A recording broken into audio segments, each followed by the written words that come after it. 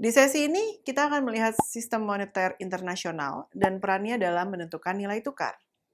Sistem moneter internasional mengacu pada pengaturan kelembagaan yang mengatur nilai tukar.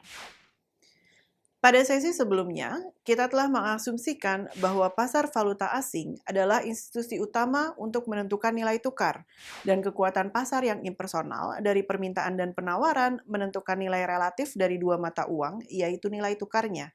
Kita juga melihat bahwa permintaan dan penawaran mata uang dipengaruhi oleh tingkat inflasi dan suku bunga relatif dari masing-masing negara. Ketika pasar valuta asing menentukan nilai relatif mata uang, maka negara tersebut menganut rezim nilai tukar mengambang atau floating exchange rate. 4 mata uang perdagangan utama di dunia, dolar Amerika Serikat, euro Uni Eropa, yen Jepang, dan pound Inggris, semuanya bebas mengambang terhadap satu sama lain. Oleh karena itu, nilai tukar mereka ditentukan oleh kekuatan pasar dan berfluktuasi satu sama lain dari hari ke hari, bahkan dari menit ke menit. Namun, nilai tukar banyak mata uang tidak ditentukan oleh permainan bebas dari kekuatan pasar, melainkan pengaturan institusional lainnya yang diadopsi. Banyak negara berkembang di dunia mematok mata uang mereka terutama terhadap dolar atau euro. Nilai tukar yang dipatok atau pegged exchange rate berarti nilai mata uang ditetapkan relatif terhadap mata uang referensi seperti dolar Amerika Serikat dan kemudian nilai tukar antara mata uang tersebut dan mata uang lainnya ditentukan oleh nilai tukar mata uang referensi. Negara-negara lain, meskipun tidak mengadopsi nilai tukar yang dipatok secara formal, mencoba mempertahankan nilai mata uang mereka dalam suatu kisaran tertentu terhadap mata uang referensi penting seperti dolar Amerika Serikat atau sekeranjang mata uang. Ini sering disebut sebagai sistem mengambang terkendali atau sistem mengambang kotor.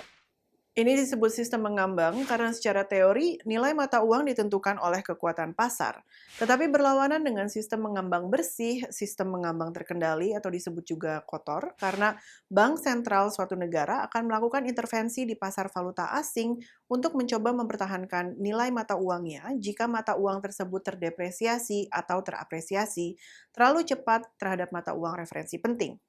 Negara-negara lain telah beroperasi dengan nilai tukar tetap atau fixed exchange rate, di mana nilai-nilai dari satu set mata uang ditetapkan terhadap satu sama lain pada nilai tukar yang disepakati bersama. Sebelum euro diperkenalkan pada tahun 1999, beberapa negara anggota Uni Eropa beroperasi dengan nilai tukar tetap dalam konteks sistem moneter Eropa atau IMS. Selama seperempat abad setelah Perang Dunia Kedua, negara-negara industri utama dunia berpartisipasi dalam sistem nilai tukar tetap.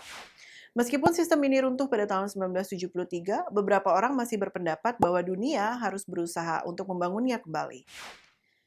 Pilihan lainnya adalah sebuah negara meninggalkan mata uangnya sendiri dan menggunakan mata uang lain yang biasanya dolar Amerika Serikat. Proses ini disebut sebagai dolarisasi. Dolarisasi terkadang digunakan ketika sebuah negara mengalami masalah ekonomi makro yang parah, seperti inflasi yang tinggi, yang membuat mata uangnya tidak berharga. Ini terjadi pada Ekuador pada tahun 2000 yang meninggalkan mata uangnya sendiri dan memilih dolar Amerika setelah menderita hiperinflasi. Dolarisasi sekarang sedang dipertimbangkan sebagai opsi untuk Venezuela, sebuah negara yang mata uangnya telah menjadi tidak berharga karena hiperinflasi. Contoh lainnya adalah penggunaan dolar Amerika Serikat di Kamboja, di mana negara ini memiliki dua mata uang dengan nilai tukar tetap, yaitu 1 dolar USD sama dengan 4 rial. Sesi kali ini menjelaskan bagaimana sistem moneter internasional bekerja dan menunjukkan implikasinya terhadap bisnis internasional.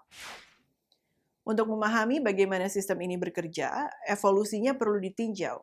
Dimulai dengan diskusi tentang standar emas dan keruntuhannya pada tahun 1930-an, berlanjut ke pembahasan konferensi Bretton Woods tahun 1944.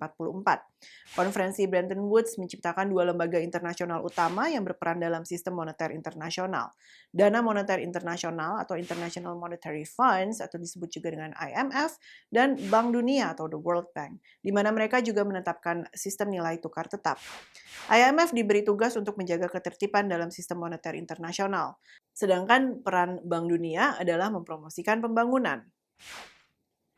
Berlanjut ke evolusi sistem moneter, sistem nilai tukar tetap yang ditentukan di Bretton Woods runtuh pada tahun 1973.